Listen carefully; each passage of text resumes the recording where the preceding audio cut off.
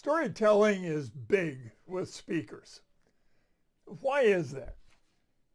The simple reason is every one of us is living a story. Therefore, stories connect with us as we are living our own story. The problem with storytelling, however, is that the story has to fit the speech.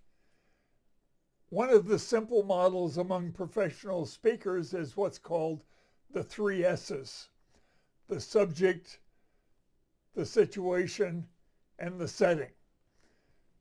You would not tell the same story at a commencement that you would in a eulogy. The story must fit. There's also a view among professional speakers that self-disclosure is the most powerful type of story. And it may be.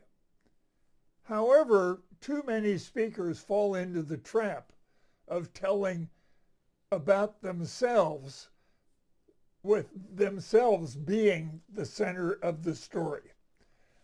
The best stories, the perfect story, is the one where you tell about something in your life, but the focus is on somebody else. I've covered this before. I use a 4-part story model. I begin with a simple summary. The first point is this is what the situation was. The second point is this is what happened.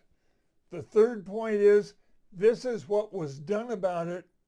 And the fourth point is, this is how things are now.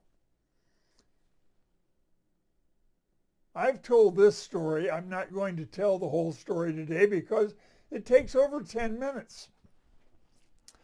But I've told the story about my high school English and journalism teacher, Mrs. Opal Eckert. When I was a freshman in high school, you may find this hard to believe, although some of you know me well enough to know it's true. I was a bit of a know-it-all. And people pointed that out to me. I was not as bad as some, but I did have a rather high opinion of myself and what I knew. My sophomore year, I found myself in Mrs. Eckert's English class. In 1953, the standard English class in high school in Missouri was you got a textbook, a workbook, and you were expected to complete the work that year. Except Mrs. Eckert was an original. She also handed out the 1953 Missouri High School Association handbook, rule book, and said, we're going to study football. Well, good old overconfident Gordon said, man, this is going to be cool. I'm a guy. I know football. This is going to be an easy class. It was not, because the football I knew was what we talked about at the dinner table. I did not know the rules. So that term, I learned the rules. The third point is what I did about it. And that was it. I learned the rules. Later, I took Mrs. Eckert's journalism class. Her first assignment to me as a reporter was to cover a wedding. Again, old know-it-all Gordon said, wait a minute, have a girl do it. They love weddings. Guys don't like weddings. And she harangued me, sent me out to do the story, told me how to do it. I did it, and it was completed.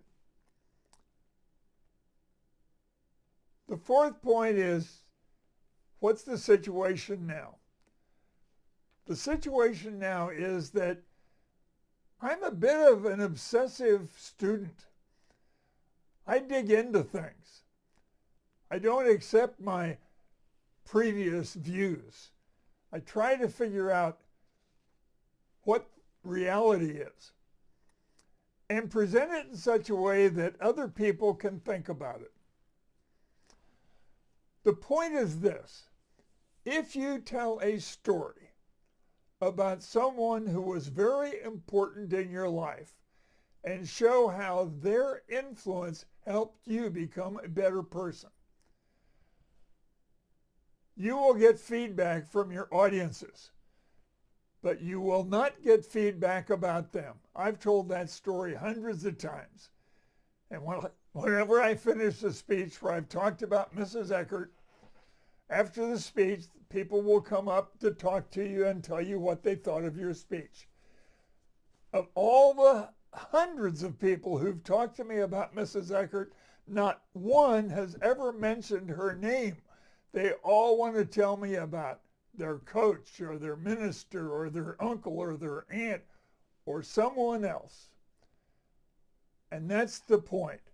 That's really the point of a great story, is to get people to connect with their own story. Finally, I maintained a personal relationship with Mrs. Eckert until she was well in her 90s. And every time she met, she did the same thing over and over again. She boosted me to keep becoming a better person.